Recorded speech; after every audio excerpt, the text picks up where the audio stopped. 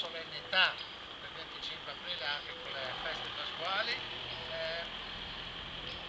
Poco più di un mese fa ci siamo ritrovati per celebrare i 150 anni dell'Unità d'Italia e devo dire che è stata per tutti noi, per me in particolare, una grande soddisfazione vedere la partecipazione spontanea e molto vicina di tanti cittadini.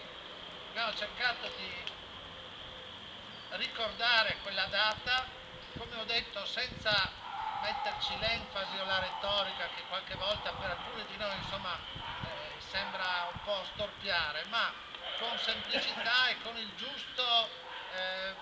la giusta partecipazione e attenzione a un momento, a una festa civile che è importante e che va collocata con la sua giusta importanza all'interno della complessa storia del nostro paese.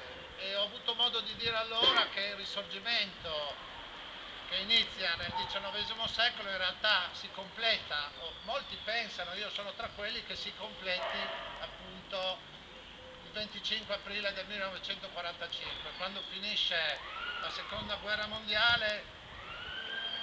Le forze della resistenza hanno la meglio sull'invasore e inizia la storia invece che oggi viviamo di una repubblica libera e democratica. Allora, la celebrazione di un mese e mezzo fa circa, oggi trova il suo compimento in questa celebrazione del 25 aprile, in cui una storia complessa e travagliata del nostro paese però ha trovato un compimento. In questi anni, va detto, un grande merito ai Presidenti della Repubblica che si sono succeduti, gli ultimi due in particolar modo, hanno voluto ridestare in tutti gli italiani anche questo senso che magari un po' tendeva a soppirsi dell'amore patrio. E allora Ciampi prima forse è stato l'uomo, il Presidente della Repubblica che più si è speso per far sì che questo sentimento ritornasse ad essere più presente. Napolitano ha continuato e naturalmente questa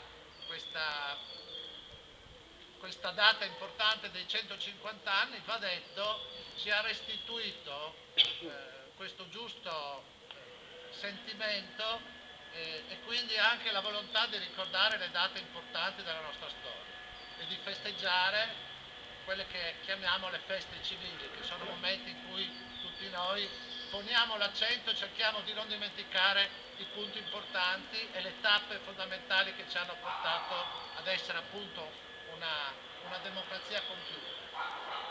Strada che non è completata e che invece va completata, percorsa anche con questi momenti, perché abbiamo bisogno sempre di fermarci a riflettere, a capire gli errori che abbiamo fatto nel passato appunto per non cercare di ripeterli. E questa è una cosa che non finisce mai. Passano gli anni, ma la necessità di ritrovarci e di riflettere permane.